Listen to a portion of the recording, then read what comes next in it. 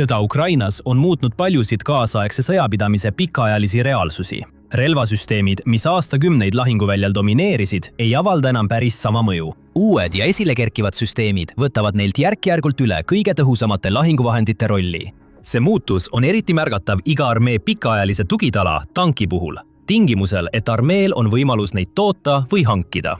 Ajastul, mida üha enam iseloomustavad autonoomsed süsteemid, tehisintellektil põhinev sihtmärgistamine, kõikjal leviv jäigimine ja täppislöökidega sõjapidamine on tankimaine Ukraina lahinguväljadel tõsiselt kannatada saanud. Eriti on väikeste, odavate ja väga manööverdatavate ründedroonide ulatuslik kasutamine muutnud paljud tankide varasemad eelised suuresti aegunuks. Aga see kõik on kohe muutumas. Ameerika Ühendriigid on hiljuti tutvustanud uut tanki, mis on loodud tänapäeva lahinguvälja väljakutsetega toimetulemiseks ja tankide üleoleku taastamiseks tuleviku lahinguväljadel – Abrams M1C3. Siin on selle viimase USA soomusinnovatsiooni taustalugu ja põhjus, miks iga sõjavägi maailmas jälgib seda kadedusega. Abramsi tank on muidugi olnud USA relvajõudude põhilahtingu tank juba mitu aastakümmet. Algselt 1980 aastal kasutusele võetud tanki on aastate jooksul pidevalt uuendatud ja täiustatud, et püsida sammu areneva tehnoloogia ja lahinguvälja nõudmistega. Praegune versioon M1A2ZV3, mida nimetatakse ka M1A2C-ks, jõudis teenistusse umbes 2017 aastal. See variant koos veidi vanema M1A2ZV2-ga läbib praegu uusimat moderniseerimisprogrammi. Tankide eel paigaldatakse Trophy-süsteemiga ühilduv kaitseintegratsioon, täiustatud torni stabiliseerimine, pardarvutisüsteemide komplekt, tahvelarvutid, Mapsi teise põlvkonna kaitsearhitektuur ja palju muud. Programm jätkub seni, kuni käib uue M1C3 arendus, mis on mõeldud neid lõpuks asendama. Aga olgu selge, M1C3 on selle legendaarse tanki jaoks suur samm edasi. Seda seetõttu, et uus versioon on põhjalikult ümber kujundatud, et edukalt toime tulla tuleviku lahinguväljadel. Täpsemalt öeldes on M1E3 mõeldud muutma seda, kuidas rasked soomusjõud tegutsevad lahinguväljadel, mida üha enam domineerivad varitsev laskemoon, FPV ründedroonid, kaugmaa täpistuli ja pidev õhuluure. Ja just sellepärast jälgivad maailma sõjaväed neid arenguid nii tähelepanelikult. Kõik on meeleheitlikult püüdnud uute reaalsustega kohaneda, kuid M1C3 näib pakkuvat toimivat lahendust. Üks asi on pärast tootmist tankidele kiiruga lisada ajutisi lahendusi, nagu droonivastased puurvõred, miidetrallid ja droonisignaali segajad, et parandada nende ellujäämisvõimet uute ohtude vastu. Aga M1C3 on loodud selliste ülimoodsate omaduste integreerimiseks juba algusest peale. Alustuseks lahendab see ühe peamise õppetunni, mis saadi tankisõjast Ukrainas. Raskem ei tähenda alati paremat. Raskematel platvormidel on kindlasti omad eelised. Need suudavad mahutada paksemaid soomuspakette ja ulatuslikke modulaarseid lisasid, nagu Tuski linnalahingu ellujäämiskomplektid, ilma konstruktsiooni tugevust ohverdamata. Need rasked lisad pakuvad oluliselt suuremat vastupidavust kineetilise energialäbistajate ja keemilise energia laenguta vastu võrreldes kergemate konstruktsioonidega. Raskem platvorm tähendab ka seda, et saad paigaldada võimsamaid relvi. Lissamas neelab nende suurema kaliibriga relvade tohutu tagasilöögi tõhusamalt, võimaldades kiirel tulistamisel suuremat täpsust ning kuivades, põuastes tingimustes on need ületamatud. Kuid nende eelistega kaasneb suur puudus – liikuvus. Ida-Ukraina pehmetes mudastes tingimustes on raskekaalulised tankid nagu Ühendkuningriigi Challenger osutunud kergesti kinnijäävaks. Üle 70-tonnised tankid ei saa sageli ilma inseneri toeta ületada tsiviilsildu Euroopas või Aasias. Tulevaste operatsioonide suure tõenäosusega Ida-Euroopas ja Indo-Vaikse ookeani piirkonnas muudavad need tegurid logistika palju keerulisemaks. Seega, olles üks raskemaid lahingtanke teenistuses, ei sobi M1A2ZV3 lihtsalt nendesse piirkondadesse eriti hästi. Nende täielikult relvastatud baasraskus on umbes 73,6 lühikest tonni, kuid tegelik kaal ületab sageli 74 tonni, kui on paigaldatud täielikud linnalahingu ellujäämiskomplektid ja aktiivkaitsesüsteemid. Mõned vanemad versioonid võivad pärast moderniseeritud soomuse, andurite ja raskemate relvade lisamist kaaluda koguni 80 tonni.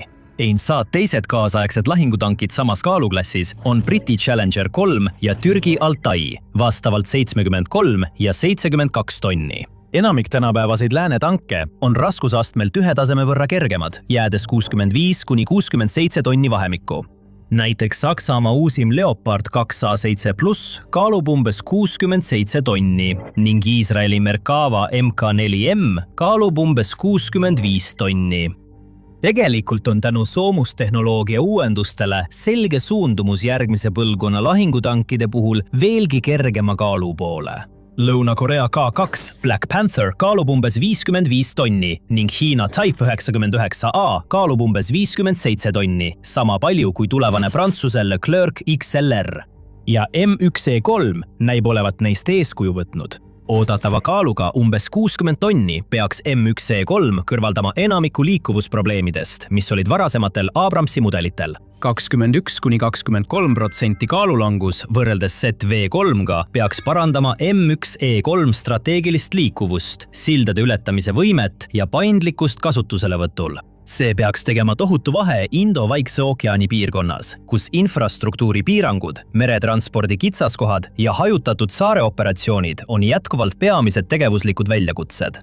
See parandab ka strateegilist liikuvust Euroopas, võimaldades tankil ületada rohkem sildu NATO territooriumil ja laiendades transpordivõimaluste valikut. Veel 2 uut omadust parandavad M1E3 liikuvust veelgi. Uus hübriidajamisüsteem ja vedrustus. Uued kerged roomikud on pärit Ameerika Rheinmetallilt ning uus hüdropneumaatiline vedrustussüsteem on teadaolevalt pärit Horstmann Groupilt. USA on seda tüüpi vedrustust varem Abramsi tankidel katsetanud, kuid on otsustanud selle kasutusele võtta M1E3 puhul. Tõenäoliselt saad aru, miks. Hüdropneumaatiline vedrustussüsteem võimaldab tanki keret tõsta ja langetada viisil, mis aitab parandada ellujäämisvõimalusi ja pakub muid operatiivseid eeliseid. Lisaks ZV3 kaalu- ja liikuvuspiirangute lahendamisele kõrvaldab M1E3 ka veel ühe ZV3 operatiivse puuduse, mis paneb kulmu kortsutama nii operatiivplaneerijad kui ka Pentagoni raamatupidamisosakonna. ZV3 gaasturbiinmootor muudab selle üsna kütusenõudlikuks. M1E3 pakub lahendust, mis muudab need kulmukortsutused naeratusteks, uue hübriidajamisüsteemi. Uus ajami konfiguratsioon sisaldab modifitseeritud Caterpillar C13T rida 6-silindrilist mootorit võimsusega 1100 hobujõudu, mis on ühendatud Sapa AZECT 1075 LP käigukastiga, kuhu on integreeritud 250 hobujõuline elektrimootor.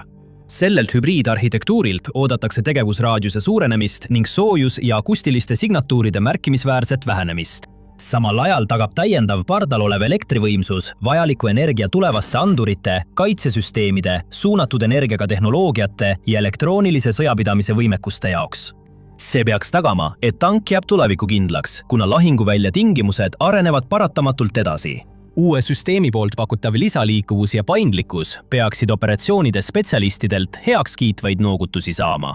Ja oodatav 40–50% kütusetõhususe paranemine peaks samuti olema sõjaministeeriumi raamatupidajate kõrvadele kui muusika. See pragmaatiline, kuid samas tipptasemel süsteem vastab samuti USA armee praegustele moderniseerimise prioriteetidele. Doktriin rõhutab väiksemat logistilist vajadust ja paremat lahinguvälja vastupidavust suurte lahingute ajal, kus kütusekolonnid on vaenlase droonide ja täppislöökide jaoks lihtne sihtmärk. M1E3 vähendatud kütusevajadus koos suurema liikuvuse ja paindlikkusega sobib selle põhimõttega suurepäraselt. Nüüd võite arvata, et väiksem kaal ning keerulisem jõu- ja toitesüsteem tähendavad tõenäoliselt järeleandmisi muudes valdkondades, eriti tulejõu ja kaitse osas, mida M1E3 suudab pakkuda ning võib-olla ka meeskonna koosseisus. Aga mõelge uuesti. M1E3 ei tee järeleandmisi tulejõu, kaitse ega meeskonna ergonoomika osas. See hoopis täiustab neid. Üks silmapaistvamaid muudatusi võrreldes varasemate Abramsi variantidega on automaatse torni ja laaduri kasutuselevõtt. Pearelv näib olevat sama moderniseeritud 120 mm M256 siledaraudne kahur, mis on paigaldatud ka ZV3 ja teistesse uuematesse Abramsi variantidesse. Tõenäoliselt on sellel ka koaksiaalne kuulipilduja. Huvitaval kombel on M256 pearelvaga tornil lisaks väiksem sekundaarne torn, mis on paigaldatud selle katusele. See sekundaarne torn kannab 30 mm Northrop Grummani M230 LF kahurit, mis kasutab 30 padrunit 113 mm laskemoonaga. Seega on M1E3L sisuliselt 2 torni. see tähendab, et samal ajal kui põhikahur sihib tüüpilisi tankisihtmärke, hooneid, soomust, rasket tehnikat ja nii edasi, saab 30 mm kahur tegeleda nende tüütute droonide rünnakutega. Kuid need pole sugugi ainsad võimed, mida M1E3 tõenäoliselt lõpuks kasutusele võtab. Varajane prototüüp, mis esitleti jaanuaris Detroiti autonäitusel, oli varustatud Leonardo TRS-i stabiliseeritud sihtimissüsteemiga, elektrooptiliste ja infrapunakaamerate seguga ning kaugjuhitava relvasüsteemiga RVS EOS-ilt torni peal. Kaugjuhitav relvasüsteem oli varustatud 40 mm automaatse granaadiheitja, 7,62 x 51 mm kuulipilduja ja Javelin tankitõrje juhitava raketiga. M1E3 täielik relvastuspakett võib veelgi laieneda, sealhulgas lisada varitseva laskemoona laskeseadmeid. Tõepoolest, USA armee poolt hiljuti avaldatud kujutisel on tornikorvi taga nähtav struktuur, mille kohta kaitseanalüütik Martin Chomsky oletab, et see võib olla konteiner luureks mõeldud mehitamata õhusõiduki jaoks. Nagu näete, siis saates Sõjasaade ei korruta me lihtsalt samu pealkirju ja lugusid nagu kõik teised. Me toome teieni hetke kõige olulisemad lood, mis on täis andmeid ja üksikasju, mida vajad, et täpselt aru saada, mis toimub ja miks see oluline on. Seega, telli kanal, et sul oleks alati sõrm pulsil. Mis puudutab kaitserelvastust, siis armee on teinud võrreldes V3 komplektiga samuti dramaatilise muudatuse, eriti just aktiivkaitsesüsteemi ehk APS-i osas. APS on suhteliselt uuenduslik ja märkimisväärne täiendus võrreldes varasemate tankide kaitsetehnoloogiatega, nagu näiteks plahvatusreaktiivsoomus ehk ERA. See soomus peatas tankitõrjeraketid, plahvatades laengut tanki kere peal, kuid tihti juhtus see jalaväelaste läheduses, kes seisid sõiduki kõrval. Veelgi olulisem on see, et tankid on tänapäeval rohkem ohustatud nutikate relvade, näiteks laserjuhitavate tankitõrjerakettide poolt, mille vastu APS ongi loodud. S3V3 on varustatud Iisraeli Rafael ADS Trophy HV-süsteemiga, samas kui eeldatakse, et M1E3 hakkab kasutama XM251 Iron Fisti. Mõlemad on algselt Iisraeli süsteemid, esimese tootjaks on Rafael ja teise tootjaks on Elbit Systems. Kuid XM251 on tegelikult Elbiti algse M251 ameerikapärane versioon. XM251 on juba kasutusel Bradley jalaväe lahingumasina variandil M2A4E1. Samuti eeldatakse, et see integreeritakse 8x8 Strikeri ratastega kergetele soomukitele ja tulevasele Bradley perekonna asendajale, mis on esialgu tähistatud kui XM30. Seega poleks üllatav teada saada, et Iron Fist paigaldatakse ka teistele kergematele soomukitele. Aga raskekaalulisel põhilahingutankil see on USA armee jaoks esmakordne ning see muudatus rõhutab uusi reaalsusi, milles tankid peavad ellu jääma ja edukad olema. See on sellepärast, et need kaks süsteemi esindavad kahte erinevat APS-i filosoofiat. Killupilvega tõrje versus täppistõrje mürsuga. Aga lihtsamalt öeldes pakuvad need väga erinevaid hävitusmeetodeid. Trophy HV kasutab haavlipüssilaadse plahvatuslikult moodustatud läbitungijate või metallkuulide pilve, mis paisatakse läheneva ohuteele. See loob laia hävitustsooni umbes 10–15 meetrit sõidukist, mis hävitab tõhusalt laengupea. Vastupidiselt sellele tulistab Iron Fist välja miniatuurse kineetilise raketi, millel on väike killulaenguga lõhkepea. See jälitab füüsiliselt ohtu ja põrkub sellega kokku või plahvatab selle lähedal pikema kuni 30–50 meetri kaugusel, pakkudes täpsemat tabamust. 849-kilone Trophy-süsteem kannab korraga 6 raketti. See on optimeeritud raskete ohtude, nagu tankitõrje juhitavad raketid ja granaadiheitjad vastu, kuid mitte nii tõhus ülalt ründavate droonide või kineetilise energia läbistajate vastu. Tunduvalt kergem 200–250 kilone Iron Fist kannab oma tavakonfiguratsioonis 4 raketti ning sellel on integreeritud elektrooptilise segamise pehme tõrjevõimekus teise põlvkonna tankitõrje juhitavate rakettide vastu.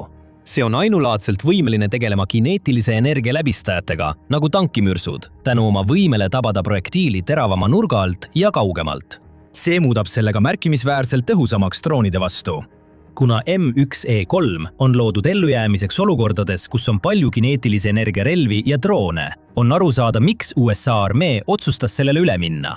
Iron Fisti kergem kaal ja väiksem kõrvalmõjude ulatus sobituvad hästi tanki uue doktriiniga tegutseda tihedas koostöös jalaväe ja droonidega. Samas kui selle võime tõrjuda kineetilise energia läbistajaid ja droone lisab kaitsekihi, mida Trophy pakkuda ei suuda. Kuid M1E3 kaitseomadused ei piirdu kindlasti ainult uue aktiivkaitsesüsteemiga. Tegelikult on see tank, erinevalt varasematest Abramsi versioonidest, loodud nii, et ellujäämisvõimalusi parandavad omadused on integreeritud otse sõidukisse, mitte ei toetuta peamiselt väliselt paigaldatavatele lisakomplektidele. USA armee ametnikud on kirjeldanud selle tulevasi kaitsevõimeid kui relvasüsteemidele omaseid.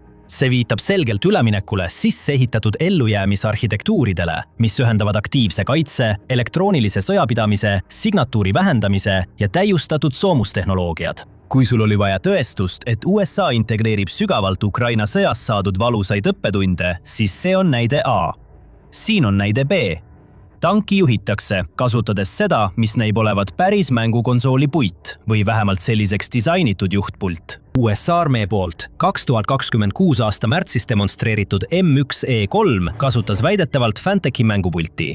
Miks kasutada laialdaselt levinud kommertsmängupulti? Nagu kolonel Ryan Howell, M1E3 programmi juht irooniliselt märgib, kulub nüüd noore sõduri selle tanki juhtima õpetamiseks vaid 30 sekundit, samas kui varem võttis see meil päevi, isegi nädalaid.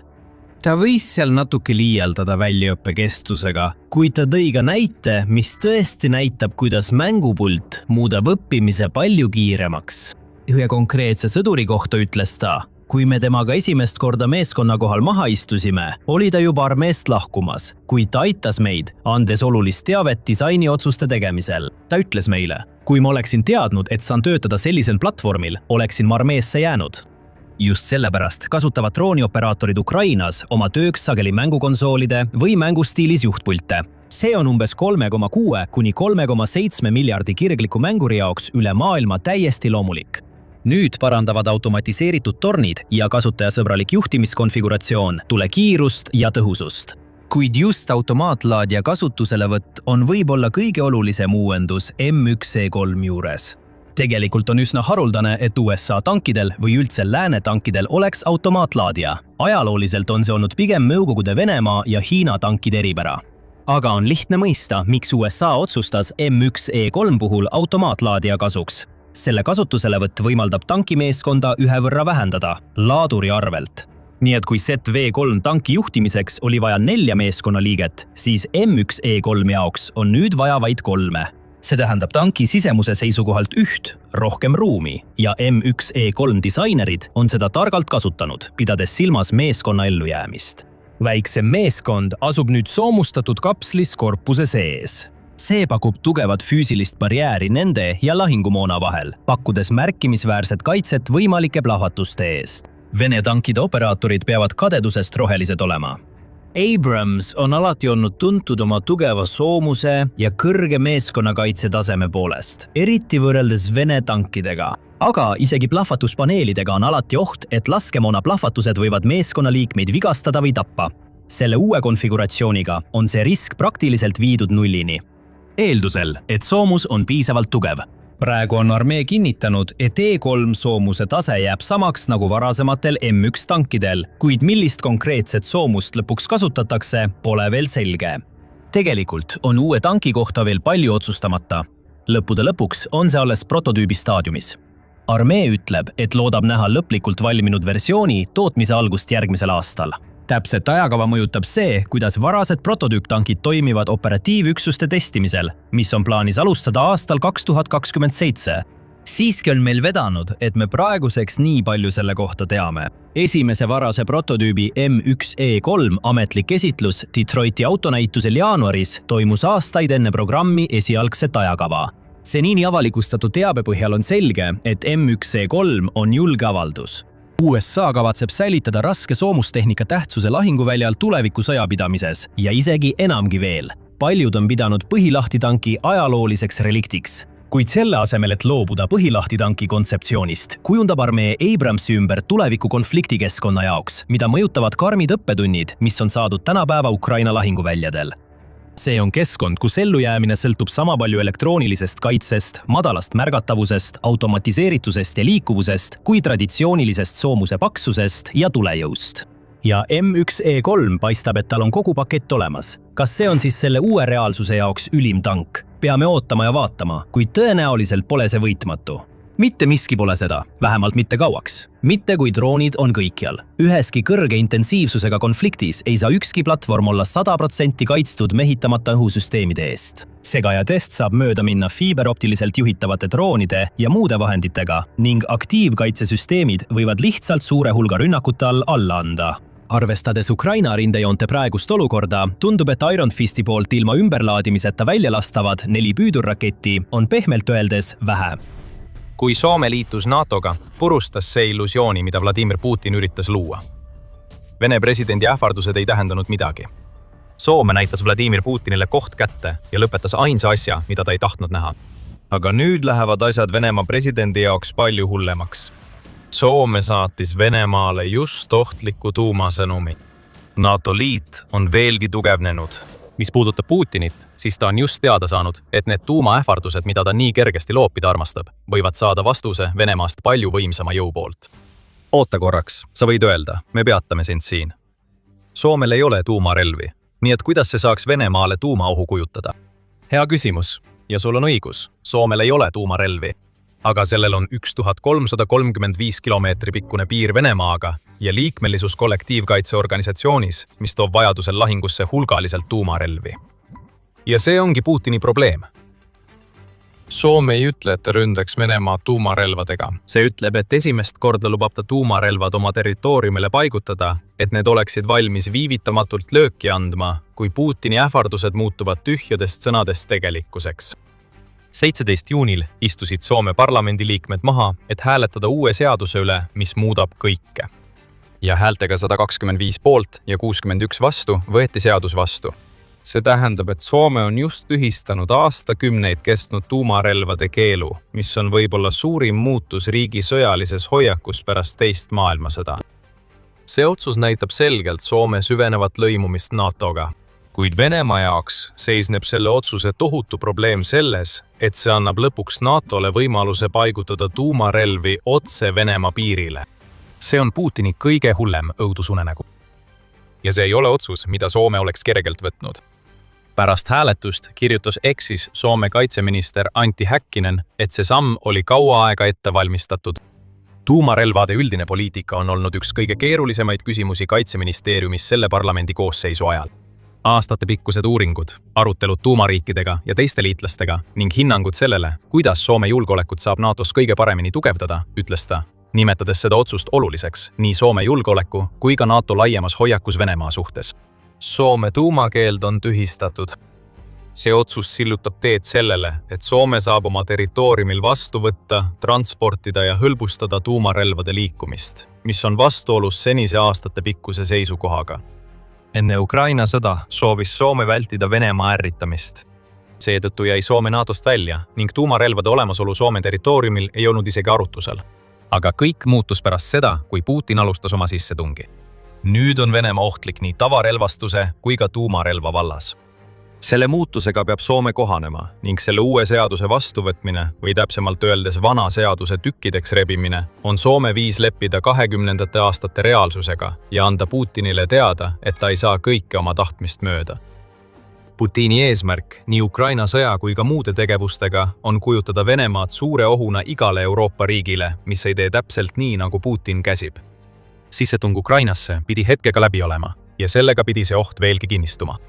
Kuid aastatepikkune jõhker sõda ja Venemaa ebaõnnestumine Putini ähvarduste täideviimisel on viinud Soome kaitsepoliitika aastatepikkuse muutumiseni, mis on nüüd kulmineerunud sellega. Tuumarelvi saab nüüd läbi Soome liigutada ja see tähendab, et tuumarelvade tee Venemaale on lühem kui kunagi varem. See otsus näitab ka muutus soomlaste suhtumisest tuumarelvadesse. Vähesed Soomes tegelikult tahavad tuumarelvi oma territooriumile. Nagu New York Times välja toob, vältis Soome aastakümneid NATOga liitumist ning neil on sügavalt juurdunud ja õigustatud hirm tuumarelvade leviku ees, kuna neil on piir Venemaaga. Aga Vladimir Putini tegevus on sundinud Soomet tegema otsuse, mida ideaalses maailmas poleks kunagi tehtud. Ja see on veel üks hoop Vladimir Putinile. Hirm pidi takistama Soomet midagi sellist tegemast. Selle asemel on Vladimir Putini tegevus viinud selleni, et Soome on vastu võtnud NATOs maksimaalse rolli, võib-olla pigem vajadusest või soovist. Ja see on muutnud kõike, mis puudutab Putini tulevikuplaane NATO vastu. Vaatame nüüd asja tuuma. Soomel ei ole tuumarelvaprogrammi, mis tõenäoliselt tähendab, et neil pole ka tuumarelvade hoiustamiseks vajalikke rajatisi. Aga see polegi peamine. Selle otsusega on avanenud võimalus, et tuumarelvi saab Soome territooriumi kaudu liigutada ja potentsiaalselt ka Soomest Venemaa suunas välja lasta. Ja NATO tuumarelvad on peamine tasakaalustav jõud, kui asi puudutab Venemaaga suhtlemist. Statista andmetel toovad NATO liitlased, kelleks on sisuliselt USA, Suurbritannia ja Prantsusmaa kui tuumavõimekusega riigid, 2026 üdendaks aastaks Venemaa vastu kokku 4215 tuumalõhkepead. See number oli külma sõja haripunktis, kui tuumarelvastuse võidujooks oli tipus, palju suurem. 1966. aastal oli NATO liitlastel ligipääs 31 492 tuumarelvani. Venemaal oli neid umbes sama palju, mis seletab hästi, miks Soome tahtis nii kaua NATOst eemale jääda. Kuid kuna Venemaa tungib aktiivselt Ukrainasse ja Venemaa ähvardused panevad paljusid, sealhulgas Saksamaa maaväejuhi kindralleitnant Christian Freudenthaleri, avalikult ütlema, et NATO peab olema valmis sõjaks Venemaaga, siis külma sõjaaegne arvestus enam ei kehti. Soome ei saa enam Venemaad lepitada ega vältida, jäädes väljapoole Venemaa sihikust. Selle asemel peab ta nüüd ise oma sihiku Venemaa suunas pöörama. Ja see uus otsus on selleks ideaalne viis. Venemaa jaoks ei tähenda see lihtsalt seda, et veel üks Euroopa riik on lubanud oma territooriumile tuumarelvade paigutamise. See on riik, mis on Venemaale lähemal kui ükski teine, vähemalt NATO kaitsepositsiooni mõttes. Ühendkuningriik ja Prantsusmaa hoiavad tuumarelvi, mille nad on ise ehitanud. Lisaks sellele hoiavad 5 riiki Ameerika Ühendriikides valmistatud tuumarelvi. Saksamaa, Belgia, Itaalia, Türgi ja Holland. Relvastuskontrollikeskus juhib tähelepanu sellele, et ükski neist relvadest ei ole relvastatud ega paigutatud lennukitele. Kõiki hoitakse VQM DS3 maa-alustes varakambris lennubaasides ning ühtegi neist ei saa relvastada ilma lubava tegevuse lingi ehk PAL-koodideta, mida kontrollivad Ameerika Ühendriigid. Et neid tuumarelvi kasutada, tuleb need laadida kaheotstarbelistesse NATO hävitajatesse või pommitajatesse ning Ameerika Ühendriigid peavad kõik need heaks kiitma ja andma PAL-koodid. Ühelt poolt tähendab see, et Soome ei kujuta Venemaale otsest tuumaohtu. Lisaks on Soome alles hiljuti oma vanad seadused tühistanud. Me ei tea veel, kas USA kavatseb kasutada Soome lennubaase tuumarelvade hoidmiseks. Aga teisest küljest on need praktilised küsimused kõik tulevikuprobleemid. Praegu on oluline sõnum. NATO muutub tugevamaks ja Soome on selle kõige keskmes. Nüüd on riik, kellel on NATO liitlastest Venemaaga kõige pikem piir, öelnud, et on valmis tuumarelvi vastu võtma. See üksi on Putini jaoks hirmutav. Iga ähvardus, mida ta on kunagi NATO liitlasriigi vastu teinud, pöördub nüüd tema enda vastu, tänu alliansi uusimale liikmele. Aga Venemaa presidendi jaoks läheb asi veel hullemaks. Soome tuumaotsus ei ole ainus probleem, millega ta silmitsi seisab. Selle suure otsuse taga peitub veelgi suurem probleem. NATO võtab Venemaad nüüd tavapärase ja tuumaohu mõttes tõsisemalt kui pärast Nõukogude Liidu lagunemist. See muudab Venemaa jaoks kõik. Aga enne kui läheme sügavamale, tuletan meelde, et te vaatate saadet The Military Show. Kui see on selline ülevaade, mida soovite rohkem näha, siis kindlasti tellige see kanal. Soome suur tuumaotsus tuli pärast veel üht suurt NATO sammu, mis paneb Putini higistama. 8. juunil teatas NATO, et on tugevdanud oma positsiooni Kaug-Põhjas ja Arktika piirkondades, luues uusima rahvusvahelise eesliini maismaajõudude üksuse ehk FLF-i, mis alliansil olemas on. See FLF alustas tegevust 6. juunil ning asub Soomes ja Rootsis. Kuigi raamriigina juhib seda Rootsi, on FLF Soome NATO 9. FLF, millest esimene loodi 2017 aastal, et katta kollektiivkaitsealliansi idatiiba. Otsus selle FLF loomise kohta tehti tegelikult 2024 aastal, mitte kaua pärast seda, kui Rootsi ja Soome NATOga liitusid. Nii et Venemaa oleks pidanud teadma, et see on tulemas. Ärge saage meist valesti aru. See ei ole tohutu jõud. Põhjala kaitsesektori andmetel koosneb FLF Soome-Rootsi pataljonist, milles on 600 sõdurit, mis pole ilmselgelt piisav, et peatada Venemaad, kui ta alustab täiemahulist sissetungi Põhjala aladele. Aga see polegi peamine. Alustuseks saab FLF Soome kasvada tänu teiste riikide panustele. Tegelikult on Ühendkuningriik, Itaalia, Prantsusmaa, Taani, Island ja Norra juba teatanud, et nad teevad koostööd Rootsi ja Soomega selle jõu arendamisel. Nii et 600 sõdurit on alles alguspunkt, mitte kogu jõud, mida FLF Soome suudab rakendada. Kuid veelgi olulisem on see, et FLF Soome tähendab, et NATOl on nüüd võimalus koordineerida maavägesid piirkonnas, mis näib olevat Venemaa võimalike sissetungi sihtmärkide nimekirja tipus. Kui Putin kaotab täielikult mõistuse ja otsustab, et läbikukkumine Ukrainas tähendab, et Venemaa peab eskaleerima kogu Euroopasse. Ja kes teab, võib-olla hakkab see FLF lõpuks mängima rolli Soome uue tuumapoliitika kujundamisel. Tuumarelvade teema juurde tagasi tulles ei ole Soome ainus, kes annab Putinile teada, et kui ta jätkab tulega mängimist, saab ta kõrvetada. 18. juunil, vaid mõned päevad pärast seda, kui Soome võttis vastu oma uue seaduse, teatas UK Defense Journal, et NATO tuumaplaneerimise grupp oli avaldanud ministrite avalduse. See iseenesest ei pruugi tunduda märkimisväärne, kuid oluline selle avalduse juures on see, et tegemist on esimese NATO tuumaplaneerimise grupi avaldusega alates 2007. aastast ning see keskendus täielikult NATO tuumavõimekuse moderniseerimisele ja alliansi tuumaplaneerimise võime tugevdamisele. Ajastus on liiga täiuslik, et olla juhuslik. See on NATO, kes võtab noa, mille Soome just Putini külje sisse lõi ja keerab seda veidi veel. See avaldus ise ei ole midagi liiga dramaatilist. Seal ei öelda, et NATO on valmis igal hetkel Venemaa pihta tuumarelvi kasutama. Kuid see, mida see avaldus teeb, nagu ütles üks anonüümne NATO ametnik, keda tsiteerib UK Defense Journal, on see, et NATO on liikunud tagasi ekspeditsioonisõjalt aktiivsele kaitse- ja heidutuspoliitikale Euro-Atlandi piirkonnas. Ja see pole veel kõik. Sama ametnik ütleb, et USA toetab seda muutust täielikult. Lükates ümber väited, et USA sõjaminister Pete Hegseth ilmus Brüsseli kohtumisele vaid avasõnu ütlema, kus avaldus koostati, ütleb ametnik, et USA toetab täielikult NATO tuumajagamise missiooni. Ametniku sõnul moderniseerib USA koos Prantsusmaa ja Suurbritanniaga aktiivselt oma tuumajõude. Nad lisavad, et USA on korduvalt kinnitanud oma tuumagarantiid ülejäänud NATO-le, sõltumata üksikutest muutustest. See avaldus tehti hoolimata väidetavatest muudatustest B-52 pommitajate laevastikus ja väidetest, et USA kavatseb vähendada Euroopa NATO-le kättesaadavaid süvalöögivõimekusi, viies sõjalaevad välja ning vähendades NATO käsutuses olevate F-16 ja F-15E hävitajate arvu praeguselt 150-lt 100-ni. Me mainisime hetk tagasi ajastust ja siin pole märkimisväärne ainult ajastus seoses Soome otsusega. NATO uus avaldus tuleb umbes kuu pärast seda, kui Venemaa korraldas 3-päevase õppuse, milles osales ka Valgevene. Ja hõlmas 64 000 sõdurit, 200 raketilaskeseadet, üle 140 lennuki, 73 sõjalaeva, 13 talvelaeva ja 8 mandritevahelist ballistilist raketti, mis olid varustatud tuumalõhkepeadega, teatab NBC News. Need õppused olid selgelt katse ähvardada tuumarelvadega, nagu Venemaa on varemgi korduvalt teinud. Ja on viiteid, et keskenduti vägede väljaõppele, kuidas kasutada Oreshniku hüperhelikiirusega rakette, mis väidetavalt asuvad Valgevenes.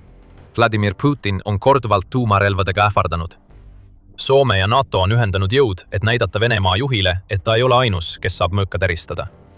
Huvitaval kombel võib see, mida me just nägime Soomelt ja NATOlt, olla täpselt see, mida Euroopa Välissuhete Nõukogu ehk ECFR pidas vajalikuks oma 17. juuni artiklis, kus Venemaad nimetati pommiga karuks. ECFR-i peamine argument oli, et Euroopa, NATO peab tegema lisatööd, et täita oma tuumavõimekuse lüngad. Siiski keskendus suurem osa artiklist sellele, kuidas Euroopa NATO peab leidma viisi selle saavutamiseks ilma USA toetuseta, arvestades pidevat ebakindlust USA positsiooni suhtes NATOs, Donald Trumpi administratsiooni ajal. Nii et võib-olla saame vaadata seda, mida Soome just tegi, hoopis teises valguses. Kui USA soovib paigutada tuumarelvi Soome, siis väga hea. Ametniku seisukoht, kes rääkis Ühendkuningriigi kaitseajakirjale, on reaalsus ja Venemaa seisab silmitsi tohutu heidutusega. Aga kui USA mingil põhjusel tõmbab oma tuumarelvad Euroopast välja, on Soome endiselt pakkunud end Suurbritanniale ja Prantsusmaale potentsiaalseks kohaks nende tuumarelvade paigutamiseks. Mis tähendab endiselt, et Venemaa jaoks on selge ja väga reaalne oht, kui Putin läheb tavarelvadest kaugemale ja hakkab liiga kergekäeliselt tuumanuppu vajutama. USA tuumakaitse vihmavari on etteaimatavas tulevikus asendamatu. Eurooplased ei saa sellest loobuda. Kuid nad peavad looma midagi, mis läheneb selle heidutavale mõjule, et Venemaa juhid ei näeks Ameerika võimalikku loobumist Euroopa kaitsest, võimalusena rakendada oma võiduteooriat, kontseptsioone ja võimekusi, deklareerib ECFR. Võib-olla näeme me esimest sammu millegi loomisel, mis suudab jäljendada USA praegust heidutusmõju. USA. Ja kui see nii on, siis Soome on selle kõige keskmes. Lähme tagasi Soome juurde, kui hakkame videot lõpetama. Viimastel kuudel on Soome koos teiste Põhjamaadega hakanud avalikult muret väljendama Venemaa sõjalise koondumise pärast nende piiridel. Satelliidifotod näitavad, et see koondumine, mis hõlmab uute kasarmute ja rajatiste ehitamist, võimaldaks Venemaal paigutada Põhjamaade ja Balti piirkondade piiridele kuni 115 000 sõdurit. Kõik see toimub ajal, mil mõned NATO sees arvavad, et sõda Venemaaga võib tulla järgmise 3–5 aasta jooksul, nagu teatab GSi raport. Nii et see ei ole nii, et Soome oleks lihtsalt ilma ajendita teinud selle suure tuumaotsuse. Soome tegi selle otsuse vähemalt osaliselt seetõttu, et Venemaa annab väga selgelt mõista, et Putin plaanib midagi. Kui see midagi on sissetung NATOsse, siis 10 000 sõdurit Põhjala ja Balti piiridel tunduvad loomuliku lähtepunktina. Soome peab igal võimalikul viisil heidutama Venemaad nende plaanidega edasi minemast. Reigi tuumaotsus on kulminatsiooniks täielikule kaitsehoiakute arengule, mida Soome on aastaid läbi viinud. Ainult et Soome pole viimased aastakümned Venemaad kergekäeliselt kohelnud. Jah, Soome jäi NATOst välja, kuni Putin sundis soomlasi tegutsema. Aga see ei olnud ka nii, et Soome oleks olnud Venemaa suhtes täiesti neutraalne. Nagu GIS-i raportid näitavad, oli Soome üks väheseid Euroopa riike, kes ei otsustanud oma valvsust vähendada pärast Nõukogude Liidu kokkuvarisemist 1991 aastal. Kui teised püüdsid tervitada uut Venemaad, mis on sellest ajast arenenud selliseks, nagu me täna näeme, siis Soome valmistus vaikselt ette võitluseks, mille tulekut ta alati võimalikuks pidas. Me näeme selle märke Soome sõjaväes. Kuigi Soome armees on vaid 24 000 tegevteenistuses olevat sõdurit, Tal on 870 000 reservväelast ja peaaegu 54 000 poolsõjaväelast riigis, kus elab veidi üle 5,6 miljoni inimese. Soome pole kunagi lõpetanud sõdurite väljaõpet. Ja kui Venemaa tungis Ukrainasse, sundides Soomet NATOga liituma, hakkasime mõistma miks. Nüüd, kui Soome liigub üha enam lahinguvalmiduse poole, tasub end ära see ettevalmistus, mida 90-ndatel võidi pidada mõttetuks. Koos Eestiga kontrollib Soome ligipääsu Soome lahele. See on mõjuvõim, mida saab kasutada Venemaa vastu. GIS-i raporti kohaselt võib varem mainitud FLF kasvada kuni 6000 sõdurini. Ja see koos NATO toetatud Põhjamaade õhuväega võimaldaks saavutada õhuülekaalu, mis on vajalik Venemaa ligipääsu takistamiseks Soome lahele.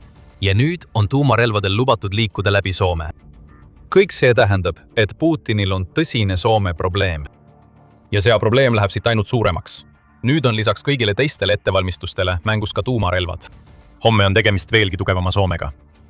Juuni alguses tegi Soome parlamendi kaitsekomitee ettepaneku tõsta riigi kaitsekulutusi 8,8 miljardi dollari pealt. Nüüd tõstetakse see 2029. aastaks veidi üle 16 miljardi dollari ning seejärel hoitakse kulutusi umbes 17,2 miljardi dollari juures kuni 2036. Seda ettepanekut pole veel vastu võetud, kuid see näitab suurepäraselt soomlaste praegust suhtumist Venemaasse. Putin on oht. Soome vastus sellele ohule ei ole olnud hirmule alistumine.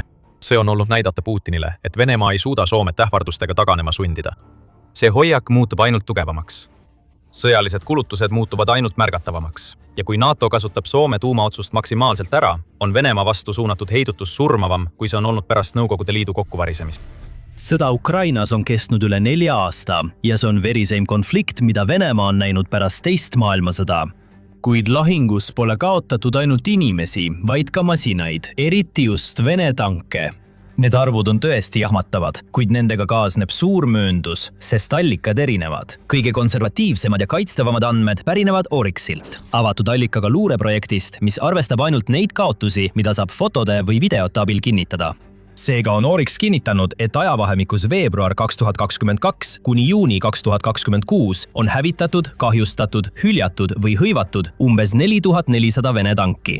Kuid vaatamata kõigele sellele on Venemaa tootnud pidevalt uusi tanke ning mõnede allikate kohaselt võib neil olla peagi aktiivses teenistuses rohkem tanke kui enne nende niinimetatud erioperatsiooni algust. See kõlab nagu miski, mis peaks Kiievit närviliseks tegema. Kuid selle kasvava tankipargi räpane saladus on see, et Venemaa suudab seda vaevu kasutada. Sest selle aja jooksul, kui Moskva taastas oma soomusvägesid, tegi Ukraina vaikselt midagi palju laastavamat kui tankide ükshaaval hävitamine. Ukraina muutis lahinguvälja ennast ja sellega muutis ta lahingutanki, mis oli sajandi jooksul maismaasõjas valitsenud peaaegu koormaks. Võrdluseks, Ukraina kinnitatud tankikaotused on umbes 1400 ja Oryx ise väidab, et see on pigem alumine piir kui ülemine, sest taaskord arvestab see ainult neid kaotusi, mida saab fotode või videotega kinnitada. Seega võib tegelik hävitatud sõidukite arv olla oluliselt suurem, kui ametlikud andmed näitavad. Teine koondaja väidab, et need andmed kajastavad vaid 50–70% Venemaa tegelikest tankikaotustest, mis tähendab, et tegelik arv võib olla suurem, tõenäoliselt vahemikus 6300 kuni 8800 tanki. Ukraina kindralstaap omalt poolt väidab, et see arv ületab 10 000. Kuigi see number võib olla tegelikkusele üsna lähedal, pärineb see valitsuselt, kellel on kasu vaenlase hävitatud tehnikast. Seega tuleks seda võtta kui ülempiiri. Aga olenemata sellest, milliseid numbreid uskuda, on Venemaa kaotanud vähemalt kogu oma sõjaeelse aktiivse tankipargi jagu tanke, tõenäoliselt aga isegi 2 korda rohkem. Rahvusvahelise strateegiliste uuringute instituudi andmetel läks Venemaa sõtta umbes 3000 aktiivses teenistuses oleva tankiga ning tõenäoliselt oli neil laos veel 3 korda rohkem. ja instituut arvutas, et vaid esimese 13 sõjakuuga veebruarist 2022 kuni märtsini 2023 kaotas Venemaa ligi 1900 neist aktiivsetest tankidest. Rohkem kui pool olemasolevast tankipargist oli kadunud veidi enam kui aastaga. Ükski armee tänapäeva ajaloos pole sellise kiirusega soomustehnikat kaotanud. Kuidas siis ikkagi on võimalik, et pärast kõike seda on Venemaa peagi välja toomas rohkem tanke, kui tal alguses oli? Noh, vastus peitub selles laos, mida mainisime. Enamik sealsetest tankidest on pärit Nõukogude Liidu ajast, kus vanad masinad lihtsalt ladustati ja neid hooldati aeg-ajalt. IISS väitis, et reservis võib olla kuni 9000 tanki, samas kui mõned allikad pakkusid, et see arv võib vabalt olla 5-kohaline. Osinti uurija Jonbi kasutas tankide ladude satelliidipilte, et lugeda kokku tagasihoidlikum arv – 7342 tanki. Ja kui kaotused hakkasid 2023 ja 2024 aastal kuhjuma, oli Kremlil probleeme lihtsa aritmeetikaga. Mõned eksperdid väidavad, et Venemaa ainus tehas, mis ehitab tõeliselt uusi tanke nullist, Uralvagonzavod Nižni Tagilis, suudab toota vaid umbes 250 uut moodsat T-90M tanki aastas. Omski tehas suudab valmistada veel 150 T-80PVM-i, mis on vanema mudeli moderniseeritud versioon. See on vaid 400 tanki aastas, võrreldes kaotustega, mis olid keskmiselt vähemalt 85 tanki kuus. Seega pidi Venemaa pöörduma nende tuhandete vanade tankide surnuaedade poole, mis pärinesid Nõukogude Liidust. Iga teine niinimetatud uus tank, mis rindele jõudis, ei olnud tegelikult üldse uus. See oli vana Nõukogude kere, mis toodi laost välja, võeti osadeks, varustati uute optikaseadmete, raadiote ja reaktiivsoomusega, mis kruviti külgedele ning saadeti uuesti teenistusse. Aga siin läheb asi peaaegu absurdseks ja siin hakkad nägema, kuidas Vene tööstus teeb asju, mis piirnevad arheoloogiaga. Kui Venemaa oli lihtsamad kandidaadid läbi töötanud, jõuti lõpuks vanemate tankideni ladudes. Umbes 1000 T-72A-d, mis pärinesid 1970. algusest. Need masinad olid nii lagunenud, et nende mootoreid peeti surnuteks. Nii teatas 2024. aasta septembris tööstuse esindaja Riigiduuma kaitsekomiteele, et Venemaa tööstus on käivitanud niinimetatud uue taastamisprogrammi. Võttes nende 45-tonniste tankide vanad mootorid ja ehitades need uute sisemiste osadega ümber, äratati sisuliselt ellu mootorid, mis olid juba vanarauaks maha kantud. Konks seisnes selles, et selle programmi raames loodeti toota vaid umbes 100 töötavat mootorit, mis on piisav umbes 10% nende ladustatud T-72A-de jaoks. Nii et 2024 aasta detsembris läks Venemaa veelgi kaugemale, kui Kingishepa masinatehas Leningradi oblastis sõlmis lepingu teise, võimsama mootori renoveerimiseks, mis sobib samuti T-72A-le. Venemaa oli nii otsustanud viia 50 aasta vanused tankid taas teedele, et käivitas terve tööstusliku pingutuse, et surnud mootorid ellu äratada. Uute komponentidega saab 1970-ndate T-72A viia tasemele, mis ligikaudu meenutab tänapäevast T-72B3MI, kuigi see pole kunagi nii hästi kaitstud. Analüütik Jonpi Jompia ütles, et just sel hetkel sai ta veendunud, et Venemaa kavatseb taastada peaaegu kogu oma ladustatud tankipargi, kõik, mis polnud täielikult roostes. Teeme nüüd selle tanki matemaatika läbi, sest see on kogu selle loo selgroog. Nagu mainitud, alustas Venemaa umbes 3000 aktiivse tankiga. Venemaa kaotas umbes 4400 kinnitatud tanki kokku kuni umbes 6000. Uus tootmine on lisanud võib-olla 1600 tanki kahe kõige moodsama mudeli peale. Ja ladudest võis saada umbes 5000 taastatavat tankikere, kui lahutada umbes 2100, mis olid kas liiga roostes või kuulusid vanasse T-64 perekonda. Kui kõik see kokku liita, võiksid Vene maaväed kasutada kuskil 3600 kuni 5200 tanki, lähtudes kaotuste alumisest piirist. See ülemine arv on peaaegu 2 korda suurem kui algne jõud. Nii et paberil on Venemaa oma soomusväed taastanud ja need isegi suuremaks teinud.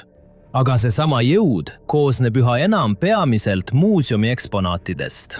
Et mõista, miks see nii on, peame vaatama täpselt, millised tankid selles tankipargis on, sest kõik tankid ei ole võrdsed ja Venemaa koosseis räägib kogu loo sõjaväest, mis ulatub ajas üha kaugemale tagasi, et oma üksused täis hoida. Alustame nüüd tööloomast T-72-st. Esimest korda veeres T-72 Nõukogude tootmisliinilt maha 1972 aastal. See tank loodi olema odav, lihtne, vastupidav ja toodetav kümnete tuhandete kaupa. Soomusmasinate AK-47 ekvivalent. Ja see on kõikjal. Tegemist on selle sõja kõige levinuma tankiga mõlemal poolel, sest ka Ukraina päris neid tohutul hulgal. Kaasaegsed Vene rindeversioonid on T-72B3 ja uuendatud T-72B3M, millel on parem tulejuhtimissüsteem ja reaktiivsoomus. Aga T-72 on ka see tank, mis muutus ülemaailmseks meemiks katastroofilise hävingu tõttu. Oryxi visuaalselt kinnitatud arvestuse kohaselt on Venemaa kaotanud umbes 1800 T-72 tanki rohkem kui ühtegi teist tüüpi. Selle põhjendus peitub tanki disainis, mille juurde tuleme hiljem tagasi, kui oleme teised tüübid läbi käinud. Teine mudel on T-80, millel on omad probleemid.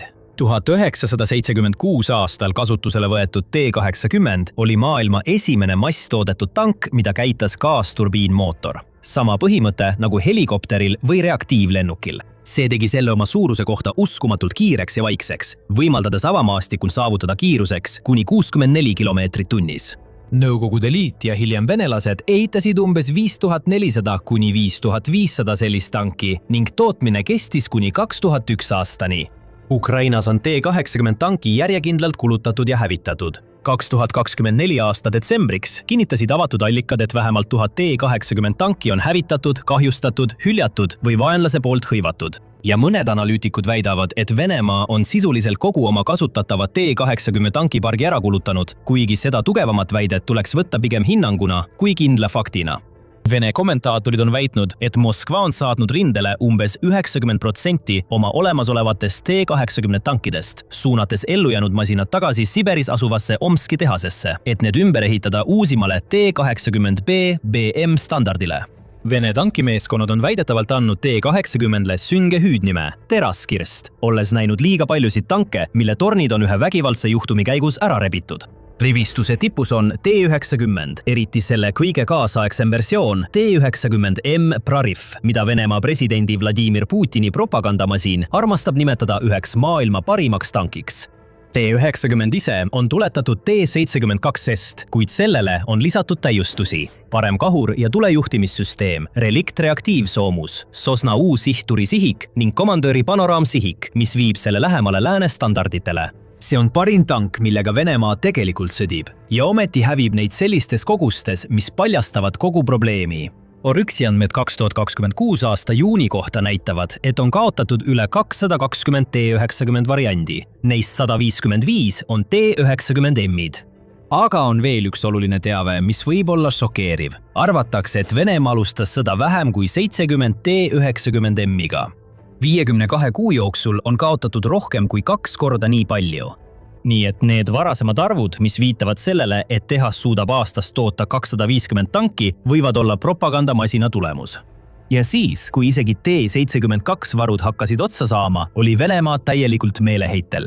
See läks 70-ndatest kaugemale, siis 60-ndatestki kaugemale ja tõi välja T-62 tanki, mis võeti kasutusele 1961 aastal ning T-55, mille disaini juured ulatuvad tagasi vahetult pärast sõda alanud Nõukogude tankiprogrammideni.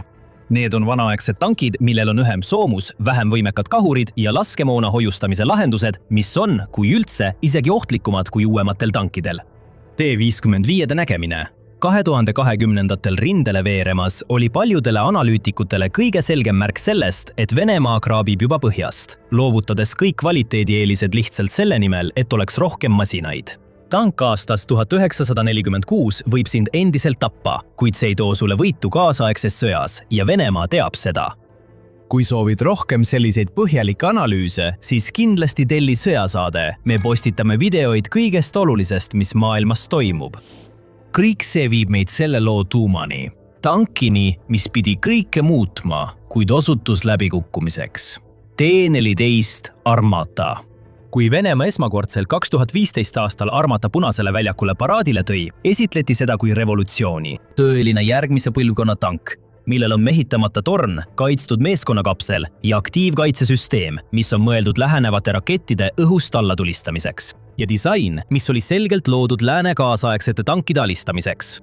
Kuid 21 sajandi suurimas tankisõjas, kus Venemaa on olnud nii meeleheitel, et on saatnud lahingusse isegi 1946 aasta masinaid, on Armata olnud peaaegu täielikult puuduv. See ilmus korraks ettevaatlikult. 2023 aastal väidetavalt kasutati seda vaid tagalas skautule rollis ning see viidi kuu jooksul tagasi. ametlik seletus oli, et Armata on lihtsalt liiga kallis ja mõistlikum on osta suurem hulk odavamaid sõidukeid. Teatatud ühiku maksumus jääb 5 ja 9 miljoni dollari vahele, mis on palju rohkem kui T72, T80 või T90 puhul ning kuna tegemist on täiesti uue platvormiga, ei saanud seda kasutada isegi olemasolevatel tootmisliinidel. Nüüd oleks lihtne Armata üle nalja visata kui paraadi rekvisiidi üle, kuid on olemas üks huvitavam vastuväide, mida tasub tõsiselt võtta. Mõnes mõttes ei ole T14 üldse ebaõnnestunud disain, vaid ajastuse ohver. Suurepärane tank, mis jõudis sõtta, kus suurepäraseid tanke enam ei premeerita. Ajastul, kus $1000 droon suudab rivist välja lüüa mitmemiljonilise sõiduki, on miljonite paigutamine ühteainsasse tanki sisuliselt enesetapp. See toobki meid asja tuumani. Oleme kindlaks teinud, et Venemaa on taastanud tohutu, peamiselt nõukogude ajast pärit tankipargi. Miks siis ikkagi kõik need tankid alguses nii katastroofiliselt läbi kukkusid? Vastus peitub 3 erinevas kihis. Esimene kiht puudutab T72 disaini nõrkust, mis ilmneb korduvalt videotes, isegi kui sa ei teadnud, kuhu sa vaatad. Vene tank saab tabamuse, tekib sähvatus ja siis paiskub kogu torn 10 jalgade kõrgusel õhku. Sõdurid ja analüütikud nimetavad seda pudelist välja hüppava mehikese efektiks või torniviskeks. See on selle tanki algse inseneritöö eripära. Vene tankid nagu T72, T80 ja T90 kasutavad automaatlaadijat inimese asemel, mis võimaldab neil tegutseda väiksema 3-liikmelise meeskonnaga ning madalama ja raskemini tabatava profiiliga. Selle automaatlaadija toitmiseks hoiab tank oma laskemoona umbes 20 valmislasku karussellrõngas torni põhjas, otse sõiduki keskel, mis ümbritseb meeskonnaruumi. Kui läbistav tabamus jõuab selle rõngani, võib isegi üks püssirohulaeng vallandada ahelreaktsiooni, mis plahvatab kogu laskemoona varu korraga. Rõhul pole kuhugi minna, peale ülespoole paisates torni täielikult pealt ära. Võrdlus läänetankidega on see, mis tõesti paljastab kompromissi. Tank nagu Ameerika M1 Abrams hoiab oma laskemoona eraldi sektsioonis torni tagaosas, mis on meeskonnas soomustatud uksega eraldatud ja varustatud plahvatuspaneelidega. Kui laskemoon pihta saab, on need paneelid mõeldud plahvatuse üles- ja väljajuhtimiseks, eemale meeskonnaruumi. Meeskond võib sellistes laskemoonapõlengutes ellu jääda ja ongi ellu jäänud olukordades, kus Vene meeskond oleks koheselt hävinenud. Nõukogude konstruktorid ei olnud rumalad. Nad tegid teadliku valiku, aksepteerides katastroofilise rikkeni viiva lahenduse selle nimel, et saada väiksem, kergem ja odavam tank, mida oli lihtsam masstoota, lihtsam rongiga transportida ja mida oli lahinguväljal raskem märgata. Seda tüüpi sõja jaoks, mida nõukogude planeerijad ette kujutasid, kiire mandriline kokkupõrge, kus üksiku tanki ellujäämine oli vähem tähtis kui ülekaalukad arvud, võis see olla ratsionaalne kompromiss.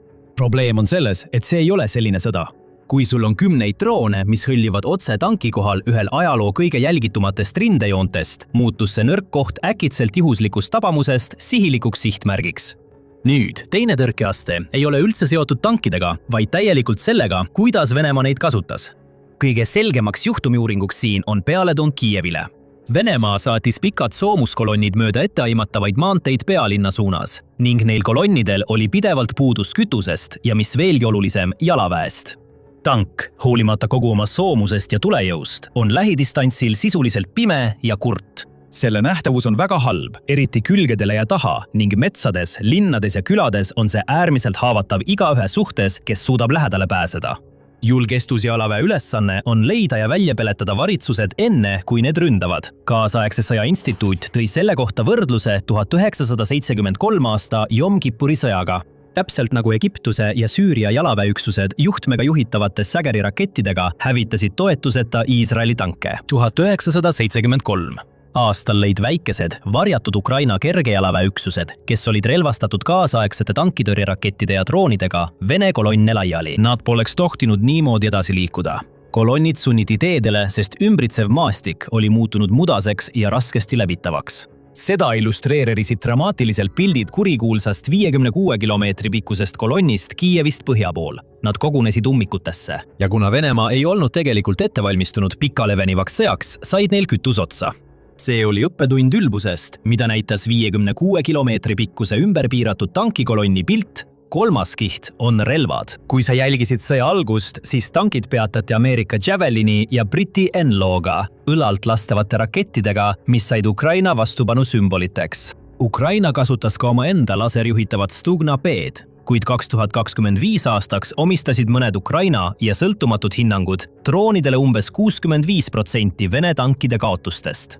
ja just see sõna droonid on kogu loo keskmes. Ukraina enda riikliku julgeoleku ja kaitsenõukogu andmetel suutis riigi kaitsetööstus 2026. aastaks toota üle 8 miljoni FPV drooni aastas. Üle 160 ettevõtte, alates suurtest tehastest kuni garaažist alustanud idufirmadeni. Kuigi see on Ukraina allikas, tähendab tootmismahu suurusjärk olenemata täpsest arvust, et rindejoon on nüüd püsivalt küllastatud. Odavad lendavad pommid jälitavad kõike, mis liigub.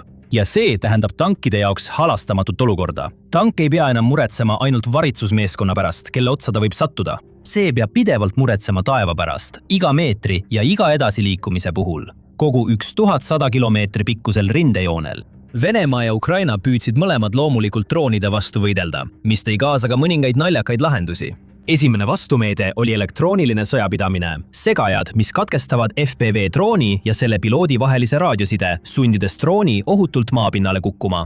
Mõnda aega see toimis, kuni droonitootjad hakkasid kasutama fiiberoptilisi kaableid. Raadiosignaali asemel vedasid need droonid enda järel uskumatult õhukest kaablit, mis lennu ajal lahti keris ja ühendas drooni füüsiliselt piloodiga.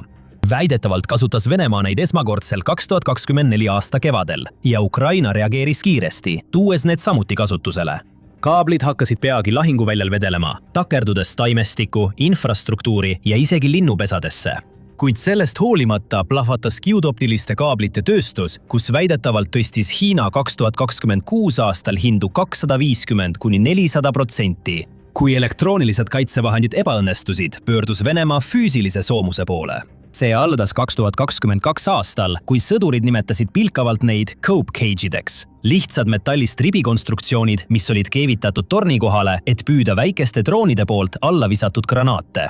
2024 aasta aprilli alguses ilmusid Vene-Ukraina sõja lahinguväljale Enninenone Kilpkon tankid. Terved sõidukid olid kaetud keevitatud plekist kestadega, nii et tank kadus jämedalt valmistatud metallkasti sisse, kust välja ulatus vaid kahur. 2024 aastal lisasid venelased nendele kestadele sadu jämedaid metallist ogasid, lootes, et tekkinud siiltankid haaravad ja hävitavad droonid enne, kui need jõuavad kerele. Ja 2025 aastaks olid need ogad arenenud tuhandeteks peeneteks metallkarvadeks, mis olid valmistatud lahtikeritud alumiiniumkaablist ja riputatud sõiduki peale nagu karvane kasukas. Mõned vaaklejad kirjeldasid neid kui siile ning need olid ühed kõige paremini kaitstud masinad, mida sõja ajal nähti, suutes enne hävitamist alla neelata 10 FPV drooni, kuid neid hävitati ikkagi. Mis siis plaan on? Mida Venemaa tegelikult kavatseb teha selle tohutu soomustehnika varuga, mida ta ei suuda lahingusse saata? Aus vastus on, et keegi väljaspool Kremlit ei tea seda kindlalt. Kõige tõenäolisem seletus on see, et Venemaa mängib pikka mängu. Arvatakse, et Vene komandörid loodavad, et ilmub mingi uus droonivastane tehnoloogia, läbimurre segamises, püüdurites, suunatud energiaga relvades. Midagi, mis avab lahinguvälja taas kiirele, mobiilsele, mehhaniseeritud sõjapidamisele. Ja samal ajal säilitavad ja taastavad nad oma soomusüksusi, hoides neid tervena ja valmis selleks tulevikuhetkeks, kui tankid saavad taas lahinguväljal valitseda. Tumedam ja vahetum võimalus on lihtsam.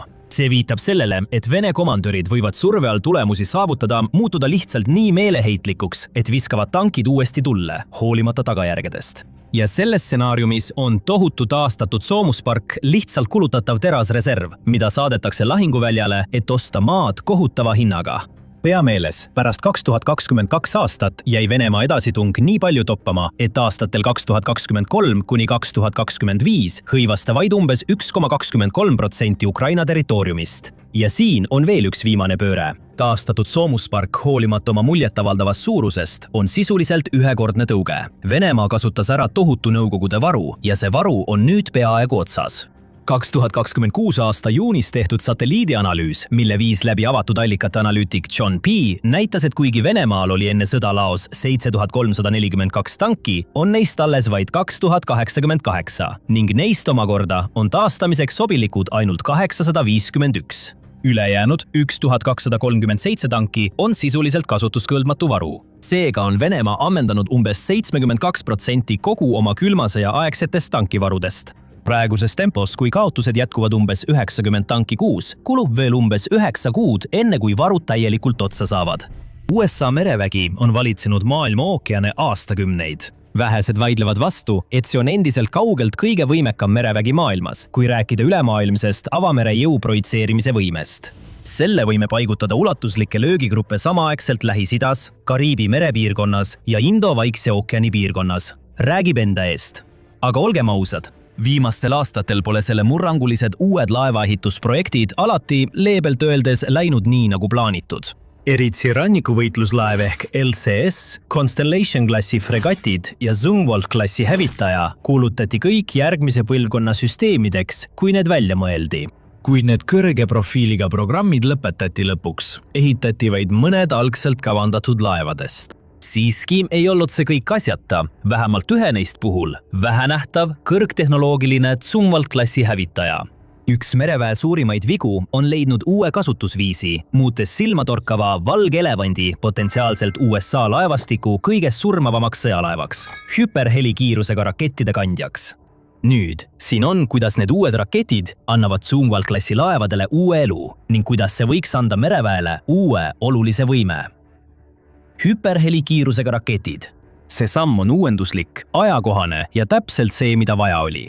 Kogenud analüütik ja endine kongressi töötaja Brandon J. Weichert kirjutas mitte väga ammu, et Zumwalt-klassi hävitajate läbikukkumist saab kokku võtta 2 sõnaga – täielik katastroof.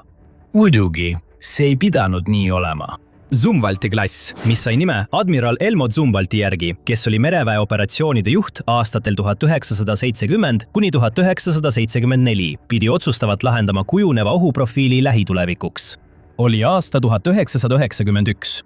Külm sõda oli järsult lõppenud pärast Nõukogude Liidu kokkuvarisemist ning merevägi hindas oma prioriteedid ümber. Selle asemel, et seista silmitsi teise suurvõimuga, pidi merevägi nüüd tõenäolisemalt tegelema hajutatud piirkondlike ja rannikualade, mitte avamere ohtudega.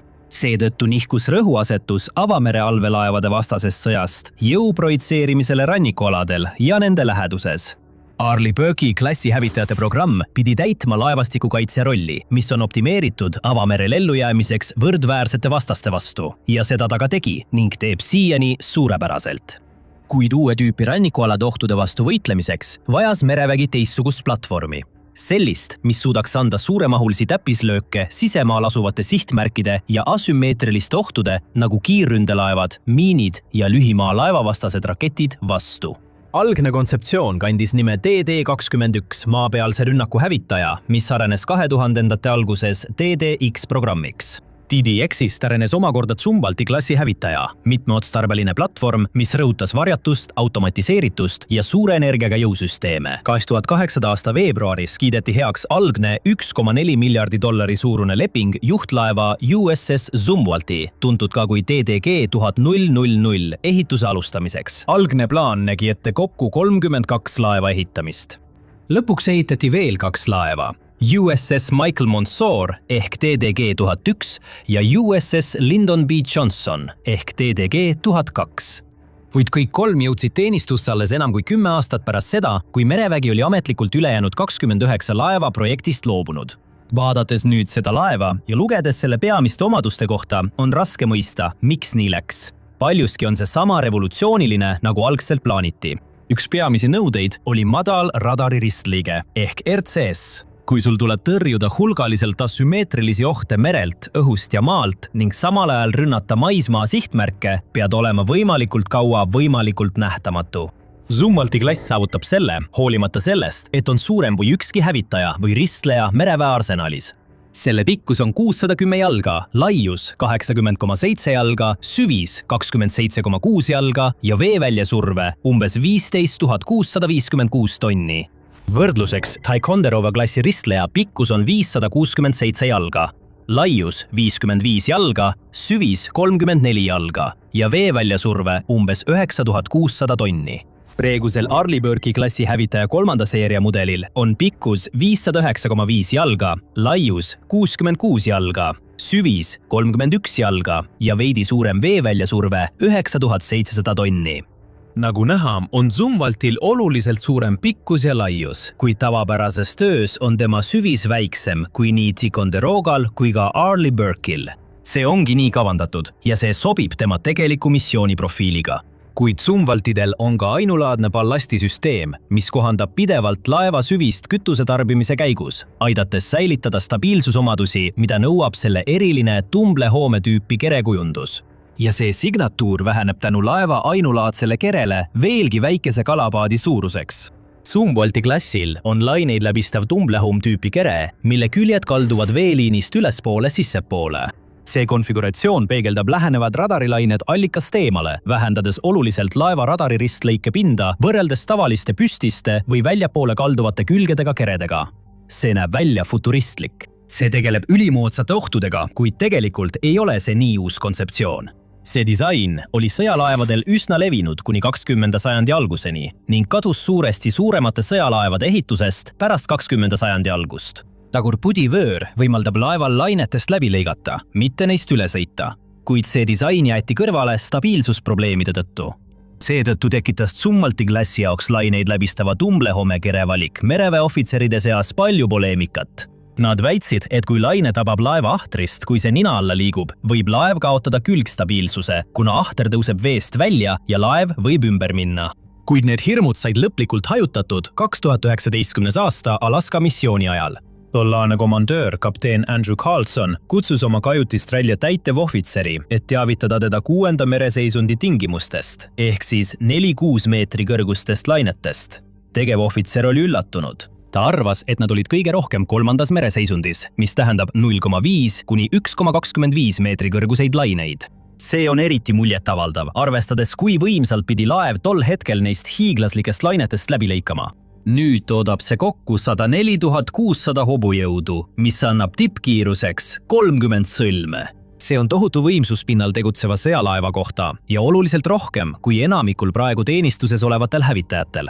Ja keredisain ei paku ainult stabiilsust ja kiirust, see maksimeerib ka varjatust. See ulatub ka tekimajja, mis ümbritseb sensoreid, radareid ja juhtimisruume. Kaal- ja radari signatuuri vähendamiseks kasutati komposiitmaterjale, mis koosnevad süsinikkiiuga tugevdatud vinüülesterpaneelidest ja taladest. Need umbes 900-tonnised konstruktsioonid, mis on 155 jalga pikad ja üle 50 jala kõrged, on suurimad kunagi ehitatud täielikult komposiitmaterjalist merestruktuurid. Nii tekimaja sees kui ka väljas on aktiivsete ja passiivsete sensorite komplekt, mis on mõeldud mitmeotstarbelisteks operatsioonideks, sealhulgas õhu, pinna ja allveeohtude tuvastamiseks. See sensorite komplekt edastab andmed laeva tervikliku arvutuskeskkonda, mis on Raythoni poolt välja töötatud hajutatud avatud arhitektuuriga lahingujuhtimissüsteem. See integreerib radari, sonaari, elektroonilise sõjapidamise ja relvasüsteemid reaalajas otsuste tegemiseks ja automatiseeritud reageerimiseks. Nii et Zumwalti klassi laevad on sama arenenud, kui nad välja näevad. Probleem on selles, et kogu selle tehnoloogia ja innovatsiooni ühte laeva surumine tuleb oma hinnaga, pidevalt kasvava hinnaga, palju kõrgema hinnaga kui algselt plaanitud. See on üks peamisi põhjuseid, miks merevägi otsustas projekti lõpetada. Algne eesmärk oli hankida 32 laeva, mille ühiku hind oleks olnud umbes $1,4 miljardit iga ühe kohta, kuid kulud kasvasid kiiresti, põhjustades Nunn-McCurdy piirmäära ületamise 2010. aasta juunis, kui ühiku hind ületas algset baashinda rohkem kui 15% võrra.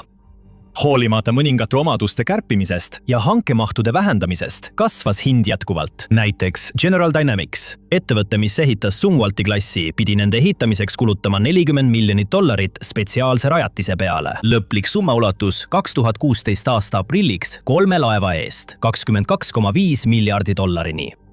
See teeb keskmiselt $7,5 miljardit laeva kohta, kui arvestada uurimis- ja arenduskuludega, mis algselt pidid olema jaotatud 32 laeva peale, mitte 3 peale. Võrdluseks maksab Arleigh Burke Flight 3 umbes $2,2 kuni $2,5 miljardit laeva kohta, mis on vähem kui kolmandik Zumwalti hinnast. Block 5 või 6 Virginia klassi tuumajaamiga ründalvelaev maksab $4,3 kuni $4,8 miljardit laeva kohta. See on umbes samas hinnaklassis kui USA Nimitz klassi lennukikandjad, kuid umbes kolmandiku võrra odavam kui Zumwalt klassi laev. Nii et kas eelistaksid pigem tuumaalvelaeva koos tipptasemel Arleigh Burke'i hävitajaga või hoopis eksperimentaalset Zumwalt klassi laeva? Kui sa valisid tuumaalvelaeva, oled ühel meelel mereväe ja kongressiga, eriti kuna Zumwalt klassi laeva pearelv muutus sisuliselt kasutuks. Zumwalt klassi laeva täiustatud suurtükisüsteem ehk AGS koosnes kahest 155 mm 62 kaliibrilisest meresuurtükist. probleem seisnes selles, et see oli loodud ainult pikamaa maismaaründemürsu ehk LRAP jaoks, mis oli täppisjuhitav laskemoon, mõeldud kaugmaa ranniku pommitamiseks kuni 83 meremiili kaugusel. Laev suutis kanda 335 mürsku ühe suurtüki kohta ehk kokku 670 mürsku, kuid lisapanipaigaga 320 mürsu jaoks oli võimalik kokku kanda 990 mürsku. Kõlab hästi, aga mitte siis, kui ühe mürsu hind tõusis 800 000 kuni $1 miljonit, mis oli selle ühiku hind. Mürskude arendamine lõpetati lõpuks ära, sest kulud olid nii palju kasvanud. Asja tegi veel hullemaks see, et kahuri spetsiaalne aeglase keermega vintraud ja automaatlaadija ei sobi kokku tavalise 155 mm laskemoonaga. Nii et kuna alternatiivset laskemoonatüüpi polnud saadaval, sõitsid hävitajad sisuliselt ilma oma peamise ründerelvata. See ei tähenda, et nad oleksid täiesti relvastamata olnud. Zumwalti hävitajad kandsid ka MK57 perifeerset vertikaalset raketilaskesüsteemi ehk PVLS-i. Süsteem koosneb VLS-rakkude moodulitest, milles on kokku 80 rakku, mis on paigutatud laeva väliskesta ümber, kusjuures väliskest on õuketerasest ja sisekest paks. See disain suunab plahvatuse jõu väljapoole, mitte laeva sisse ning vähendab raketivõimekuse kaotust ainult kahjustatud pesale. See on loodud Tomahawki tiibrakettide ja standardrakettide SM-2MR jaoks kohaliku õhutõrje tagamiseks, täiustatud Sea Sparrow rakettide jaoks nii õhu- kui ta meresihtmärkide vastu ning vertikaalse stardiga allveelaevatõrjerakettide jaoks allveelaevade vastu. 2 MK46 30 mm kahurite süsteemi tagavad lähikaitse väikeste mereohtude vastu. Aga sõjalaeval, mis kasu on tugevast kaitsest, kui ründevõime puudub? Kui otsid igapäevaseid uudiseid ja põhjalikke analüüse kõige olulisemate sõjaliste ja geopoliitiliste arengute kohta, siis kindlasti telli see kanal. The Military Show kanalilt leiad YouTube'is ühed kõige detailsemad, täpsemad ja sisukamad sõjanduslikud materjalid. Nüüd on merevägi leidnud nutika lahenduse ründeprobleemile. Kasutuskõlbmatud AGS-süsteemid on eemaldatud. Nende asemele tulevad 4 suurt täiustatud lastimooduli toru, kus iga 87-tolline toru mahutab 3 raketti ja mitte lihtsalt suvalist raketti. Zumwalti klassi laevad varustatakse ümber, et kasutada konventsionaalset kiirründesüsteemi ehk CPS-i, mis on hüperhelikiirusel liikuv liugrelv, suutes läbida üle 1700 miili. See on uus klass, mitte tuuma, ülikiirest rünnakuvõimest, mis suudab läbistada kaasaegseid kaitsesüsteeme ja reageerida tekkivatele ohtudele peaaegu koheselt. CPS kuulub uute hüperhelikiirusel rakettide perekonda, mida Lockheed Martin arendab. CPS mereväele, pika tegevusraadiusega hüperhelikiirusel relv ehk LRHV maaväele ning õhust käivitatav kiire reageerimise relv ehk ARV, mis on õhk-maarakett õhuväele. Mereväe CPS ja maaväe LRHV kasutavad sama hüperhelikiirusel liukkeha, mis aitab vähendada kulusid, kiirendada arendust ja lihtsustada tulevasi uuendusi. CPSI mehhanism ühendab raketi kiirendusfaasi, millele järgneb aerodünaamiliste jõudude kasutamine liuglemisfaasis. C-design võimaldab kiiremaid, pikema tegevusraadiusega ja manööverdatavaid lööke, pakkudes paremat ellujäämisvõimet vaenlase kaitse vastu. 2025 aasta mais teatas merevägi, et 5 Cape Canaverali kosmoseväebaasis edukalt läbi täieliku maapealse lennutesti, kasutades külma gaasi käivitamise meetodit. Teisisõnu, raketimootor käivitub pärast seda, kui rakett on šahtist väljunud. See on oluline verstapost, nagu selgitab viitseadmiral Johnny R. Wolf Jr. Külmagaasi meetod võimaldab mereväel raketiplatvormilt välja heita ja saavutada ohutu kauguse laeva kohal enne esimese astme käivitamist. Zumwalti klass kannab nüüd neid 12 tükki ja see muudab mängu. See muudab Zumwalti klassi ebaefektiivsest rannikutoetusalusest esmaklassiliseks vargseks kaugmaa löögiplatvormiks, mis on eriti oluline võimalike Vaikse ookeani piirkonna konfliktide puhul. Sellised hüperhelikiirusega relvad suudavad lennul manööverdada kiirustel, mis ületavad 1 miili sekundis. See teeb nende avastamise ja tõrjumise palju raskemaks kui traditsiooniliste ballistiliste või tiibrakettide puhul. See tähendab ka seda, et komandörid saavad nüüd rünnata kuni 1700 miili kaugusele, mis jääb kaugele vaenlase õhutõrje ulatusest välja. Miks see nii oluline on? Jerry Hendricksi, erru läinud mereväe kapteni ja endise Pentagoni töötaja, kes on nüüd Sagamore instituudi vanemteadur sõnul, suudavad need laevad seda teha ülitäpse täpsusega, olles ise kogu ülejäänud laevastiku laskeulatusest kaugel väljas. Veelgi parem, tänu nende madalale radariristlõikele saavad nad palju mugavamalt tegutseda piirkondades, kus vastased rakendavad alatõkestamise strateegiaid, mis võiksid teised platvormid eemal hoida. Lühidalt öeldes väheneb vaenlase reageerimisaeg märkimisväärselt. Tomahawk tüüpi raketil kulub umbes tund, et tabada 500 miili kaugusel asuvat sihtmärki. CPS tabab sama sihtmärki 10 minutiga. See suudab liikuda Guamist Taiwani väina vaid 30 minutiga. Kuid kui tugev see löök tegelikult on, kui see kohale jõuab, pole veel selge. On teada, et süsteem kasutab sarnast lõhkepead nagu Dark Eagle'i maismaa hüpersooneline raketisüsteem, nimelt ühist hüpersoonelist liukkeha ehk CHGB-d. On teatatud, et Dark Eagle'i lõhkepea kaalub alla 13,6 kilogrammi. Paljud Ukraina $500 FPV-droonid kannavad rohkem, kuid peamise hävitava jõu annab siin hüperhelikiirusel lennuvahendi kineetiline löök. Sõjaväe andmetel on rakett mõeldud hävitama parkla suurust ala. Seega võib eeldada, et lõhkepea kaal näitab, et tegemist on sisuliselt lõhkelaenguga, mis on mõeldud löökelementide hajutamiseks, et need tabaksid sihtmärke kogu määratud alal. Summalte saab kasutada ka hüperhelikiirusega rakettide eelbaasidena sellistes sõlpunktides nagu Hawaii, võimalusel koos sama võimekate allelaevadega. Järgmised, mis hakkavad CPS laskemoona kandma, on Block V Virginia klassi allveelaevad, kus rakettide hoiustamist võimaldab 4 lisaraketitoru Virginia lastimoodulis. Selle uue missiooni profiiliga kaasneb veel üks oluline uuendus – kütuse vastupidavuse ja tegevusraadiuse suurendamine. Hiina tõusu ja üha võimekama rahvavabastusarmee taustal on 3 Zumwalti klassi hävitajad targalt ümber kohandatud, et tulistada hüperhelikiirusega rakette strateegilistele sihtmärkidele. Zumwalti tegevusraadiuse pikendamine ja võime kauem piirkonnas viibida suurendab ainult selle missiooni tõhusust. Need muudatused muudavad laeva olemasolevad soolase vee ballastipaagid suurema kütuseõli mahutavuse jaoks sobivaks. Edasised muudatused suurendavad ka kütuse kogust, mida Zumwalti klass saab täiendamisel vastu võtta, et arvestada suurenenud mahutavusega. See tähendab, et mereväe esimesed hüperhelirelvade ründeplatvormid saavad merel kauem viibida ning see võimekus on ülioluline vastaste vastu suunatud heidutusmissioonideks Indo-Vaikse ookeani piirkonnas. Seega on lihtne mõista, miks merevägi otsustas proovida Zumwalti hüperhelikiiruseliste relvadega taaselustada ja näha täpselt, kuidas laeva uus roll sobitub USA muutuvasse strateegiasse, eriti Indo-Vaikse ookeani piirkonnas. Aga kas 12 hüperhelikiiruselist raketti on tõesti piisav, et kogu seda elevust õigustada? Või läheb see kõik lihtsalt veelgi rohkemate miljardite kulutamiseks juba tehtud kulude õigustamiseks? Noh, peame ootama ja nägema. Õnneks ei pea me esialgse hinnangu saamiseks kaua ootama. USS Zumwalt võetakse väidetavalt uuesti kasutusele hiljem 2026. aasta jooksul. Pärast 3 aastat dokis olemist nähti seda aasta alguses meresõidukatsetele lahkumas. Teised Zumwalti klassi hävitajad viiakse samuti aja jooksul samale tasemele. 3. moderniseeritava Zumwalti klassi laeva USS Lyndon B. Johnsoni tööd on juba alanud. Eesmise suurtükitorni demonteerimine ja muu liigse varustuse eemaldamisega seotud tööd on juba lõpetatud.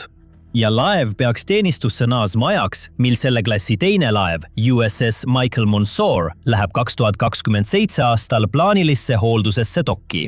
Nii et varsti saame näha, millise erinevuse hüperhelikiiruslikud relvad lainetel tegelikult teevad, mitte ainult teoorias. Samuti saame võimaluse näha, kas teine suur puudus Zumwalti klassis on dokis lahendatud.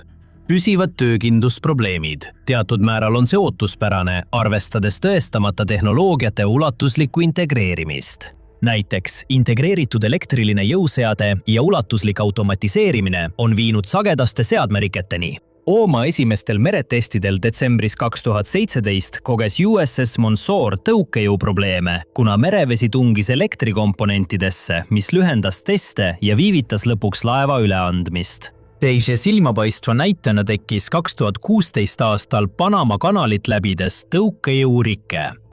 See sündmus tõi esile elektrijaotuse ja vargtehnoloogiaga seotud komposiitmaterjalide haavatavused, mis suurendasid hooldusvajadust ja vähendasid laeva töövalmidust. Need algsed probleemid süvenesid, kuna tugineti uutele süsteemidele ilma piisava merel testimiseta. Pole kahtlust, et CPS-süsteemi paigaldamisel, mis on alles arendamisel, tekib veelgi algseid probleeme ja see kõik lisab kindlasti juba niigi pöörasele arvele veel miljardeid juurde. CPS ei saa olema odav. Sellepärast, kuigi paljud on Zumwalti uue rolli heaks kiitnud, kahtlevad paljud teised, kas see katse Zumwalti uuele otstarbele kohandada on ikka kulu ja ressursse väärt. Isegi kui kõik läheb sujuvalt ja uus Zumwalt saab USA mereväe kõige surmavamaks laevaks, on neid ainult 3 ja rohkem neid kunagi ei tule. kui märkimisväärne või oluline mõju võib 3 laeval olla kogu laevastikule, eriti kui võrrelda neid mereväe suuremate Arleigh Burke'i klassi hävitajate ja tulevaste sõjalaevadega. Mõnede hinnangute kohaselt, kui hüperhelikiirusega uuenduse kulud jäävad prognooside piiresse, mis on Zoomworldi ajalugu arvestades väga suur, võib CPS-i integreerimine lisada igale Zoomworldi klassi laevale umbes $452 miljonit. Ütleme, et see on $1,5 miljardit 3 laeva peale kokku. Võib-olla võiks seda raha paremini mujal kasutada. Üha rohkem eksperte leiab juba, et hiiglaslike $1 miljardi laevade nagu lennukikandjate ja hävitajate ajastu on läbi saanud ning uut ajastut hakkavad valitsema mehitamata mereväealused. Ukraina ajas sisuliselt Venemaa Musta mere laevastiku Lääne-Musta merest välja, kasutades õhu- ja meredroone. USA on samal ajal pidanud otseselt tegelema Iraani ja Houthi droonide ning laevavastaste rakettidega, jätkates samal ajal operatsioone Pärsia lahes, Aadeni lahes ja Punases meres. Selle $1,5 eest võiks merevägi osta umbes 5 rakettidega relvastatud suurt mehitamata pinnalaeva ehk Luzvi. Või võiks selle eest osta umbes 25 keskmise suurusega mitmeotstarbelist pinnadroonit või umbes 12 pika tegevusraadiusega autonoomse talvelaeva. Hübriidlaevastiku lähenemine pakuks suuremat massi, hajutatud sensorvõrgustikku ja vähendaks inimelude ohtu võrreldes ühe kõrge väärtusega mehitatud platvormiga. See on laev, mida väidetavalt pole olemas. Üks paljudest Venemaa varilaevastiku laevadest, mis on hoidnud Putini sõda elus, vedades ebaseaduslikku naftat üle kogu maailma. Aga see tabati. Varilaev oli täiesti reaalne ja Ühendkuningriik leidis selle. Ja kui laev avastati, oli kõik läbi. Ühendkuningriik läks lausa James Bondi stiilis tegutsema, saates kuninglikud merejalaväelased mitte ainult Venemaa 2 laeva kinni pidama, vaid ka sellele pardale minema ja paljastama, mida Putin üritab teha, et oma sõda jätkata. Uudis jõudis avalikkuseni 14 juunil. Kuningliku merejalaväe komando on varahommikul Inglise kanalis kusagil pardale läinud Venemaa varilaevastiku tankerile. Nendele merejalaväelastele liitusid Ühendkuningriigi riikliku kuritegevuse ameti ehk NCA ametnikud ning nad said toetust kuninglikult õhuväelt, et viia lõpule 6 tunni pikkune operatsioon, mida BBC sõnul oli esimene omataoline, mille Ühendkuningriik Venemaa varilaevastiku vastu läbi viis. On põhjuseid, miks Ühendkuningriigil võttis nii kaua aega selliste meetmete rakendamiseks, kuna tuli ületada õiguslikud takistused. Kuid praegu jääb tähelepanu Venemaa laevale. Seda nimetatakse Smirnoviks ja see on üks tohutust vanade naftatankerite laevastikust, mida Putin on kasutanud Venemaa nafta ja gaasi üle maailma vedamiseks, püüdes meeleheitlikult pääseda sanktsioonide karmistuvast võrgust. Al Jazeera räägib meile selle laeva kohta veidi rohkem. Siil öeldakse, et Smirnov sõitis Kameruni lipu all, mis on üsna tüüpiline taktika, mida varilaevastik kasutab. Venemaa lipu all sõitmine teeb laevast selge sihtmärgi. Venemaa kasutab selle asemel valelikult teiste riikide lippe, lootes, et tema kahtlased laevad suudavad järelevalvest mööda hiilida ja jõuda sinna, kuhu vaja. Smerato puhul paistis, et sihtkohaks oli Egiptuses asuv Port Said. Laev oli väljunud Venemaa Balti sadamast Ust-Lugast 5 juunil, väidetavalt umbes 700 000 barrelit naftat pardal. See on tõesti palju vedelat kulda, mis on seal metallkesta sisse suletud. Mais ütles Londoni majandus- ja poliitikateaduste kooli teadur Luke Cooper, et pärast operatsiooni Eepiline raev Iraanis, kui Hormuzi väin blokeeriti ja hinnad tõusid $40 barrelilt, sai Venemaa umbes $59 barrelilt. Seda arvu kasutades võime hinnata, et Smeratos vedas natuke üle $41 miljoni väärtuses naftat, mis kõik pidanuks tagasi Venemaale jõudma, et Kreml saaks sellelt makse koguda ja oma osa kasutada Ukraina sõja rahastamiseks. See nafta ei liigu enam kuhugi ja ka raha, mida Venemaa selle eest ootas, ei jõua nendeni. Smeratose omandistruktuur heidab veidi rohkem valgust selle rollile varilaevastikus. Al Jazeera sõnul on laev registreeritud Hongkongis asuva ettevõtte Chao Yao Shipping Limited nimele, mille kohta väljaanne väidab, et see omab veel mitmeid teisi varilaevastiku laevu, mis on lääneriikide poolt sanktsioonide alla pandud. Seda ettevõtet juhib Indias Tamil Nadu osariigis asuv haldusfirma, mis näitab meile, et Venemaa püüab luua mitmekihilise omandistruktuuri, et varjata tõsiasja, et varilaevastiku laevad, millega ta sõidab, kuuluvad Venemaale. Kõik see salatsemine ei tähendanud 14. juunil suurt midagi. Suurbritannia kuninglikud merejalaväelased näitasid Venemaale, et ükski nende taktika ei toimi, kui üks nende kahtlastest laevadest sõidab La Manche'i väina. Vähene info, mis meil selle operatsiooni kohta on, pärineb meediaraportitest ja Suurbritannia avaldatud videost, mis saadab Putinile selge sõnumi. Tema varilaevastiku laevade meeskonnad ei suuda midagi teha, et peatada sõjaväge, kes on valmis pardale tulema. Al Jazeera teatel ütles Suurbritannia kaitseministeerium, et reid toimus 14 juuni varahommikul ning selles osalesid kuninglikud merejalaväelased, kes laskusid otse Smeratusele Chinooki helikopteritest alla lastud köite abil.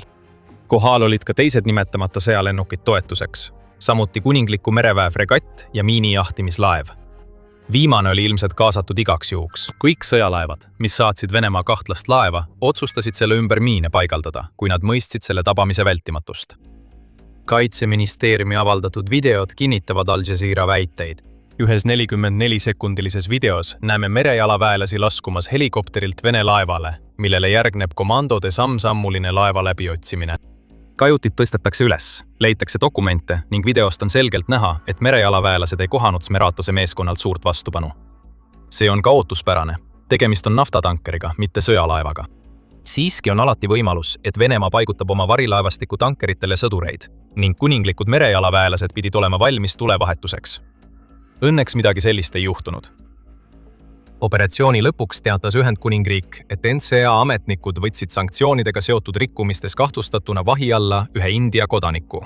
Ülejäänud 24-liikmelisest meeskonnast olid ilmselt pärit Gruusiast ja Indiast ning kõik jäid pardale, samal ajal kui nad Ühendkuningriigi sõnul aitavad uurimisega. See on viisakas viis öelda, et nad teevad hirmust püksi, samal ajal kui merejalaväelased ja NCA ametnikud küsitlevad neid selle kohta, miks nad töötavad Vene varilaevastiku laeval. Ühendkuningriigi peaminister Sir Keir Starmer tõi kiiresti esile operatsioonis üles näidatud vapruse ning selgitas, miks on nii oluline, et Ühendkuningriik nüüd varilaevastiku laevadel haaranguid korraldab.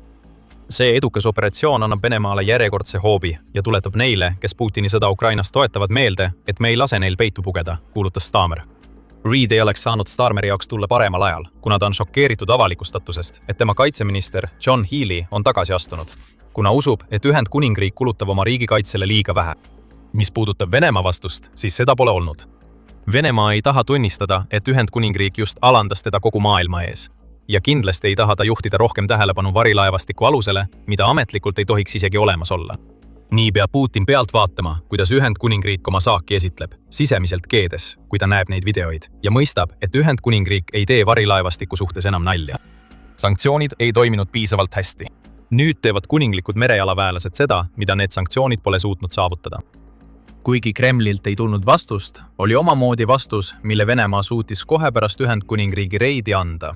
Ühtegi sõna ei öeldud, ühtegi käsku ei antud, mida keegi väljaspool Venemaad oleks kuulnud. Kuid Inglise kanalis hakkas midagi toimuma, mis andis Ühendkuningriigile märku, et Putin oli 14. juunil saadetud sõnumi selgelt ja ühemõtteliselt kätte saanud. Varilaevastiku laevad hajusid ja lahkusid kanalist nii kiiresti, kui nende mootorid võimaldasid. Oma 14. juuni raportis, kus kajastati merejalaväelaste reidi, avaldas iPaper, et 6 varilaevastiku tankerilaeva olid pärast Smeratose hõivamist Inglise kanalist kohe välja sõitnud. Ja need laevad ei kavatsenud sinna kauemaks jääda.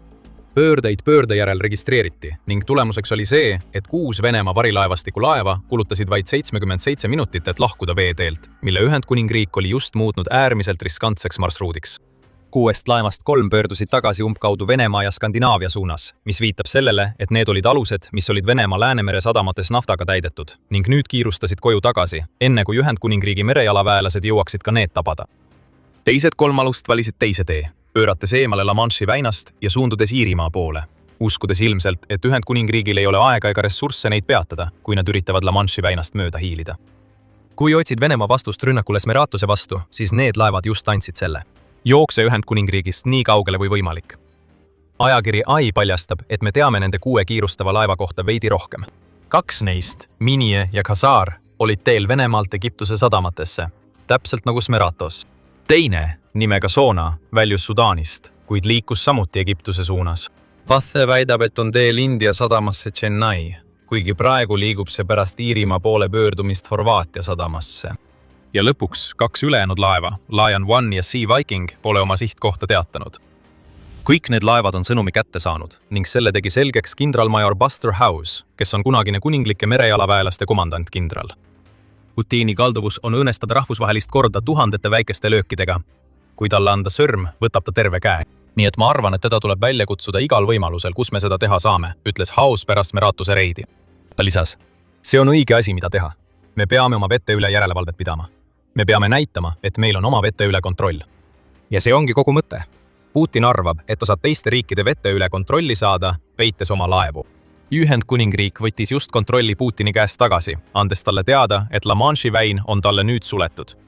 Aga tuleb küsida, miks kulus Ühendkuningriigil kuni 14. juunini üle 4 aasta pärast Venemaa sissetungi Ukrainasse, et lõpuks läbi viia oma esimene Vene varilaevastiku laeva konfiskeerimine. Selleks on hea põhjus, aga enne kui sellesse süveneme, vaatad sa sõjasaadet. Kui sa pole veel kanalit tellinud, siis nüüd on ideaalne aeg sellele nupule vajutada. Ühendkuningriigil on juba pikka aega olnud probleem varilaevastikuga, mis kasutab La Manche'i väina. 12. mai raportis tuvastas BBC Verify 184 kahtlast alust, millest kõik on Ühendkuningriigi poolt sanktsioneeritud. Need olid kokku teinud 238 reisi läbi Ühendkuningriigi vette viimase 7 nädala jooksul. Starmer esitas märtsis Venemaale ähvarduse, et ta on andnud Ühendkuningriigile õiguse neid aluseid peatada ja pardale minna. Venemaa ei võtnud seda ähvardust ilmselgelt tõsiselt ja kuni juuni keskpaigani tundus, et neil oli õigus. Varilaevastiku laevad sõitsid Ühendkuningriigi vetes sadade kaupa ja neid ei peatatud. Siis midagi muutus. Muutus algas Starmeri hoiatusega. Ühendkuningriigi peaminister ei ajanud lihtsalt tühja juttu. Nagu Al Jazeera märgib, andis Starmer tõepoolest juba märtsis Ühendkuningriigi võimudele õiguse peatada, pardale minna ja kinni pidada sanktsioonide alla kuuluvaid aluseid Ühendkuningriigi vetes. Õiguslik raamistik kehtestati, kuid see seisis sisuliselt kasutamata 11 nädalat, kuni kuninglikud merejalaväelased tormasid 14. juunil varilaevastiku laevale.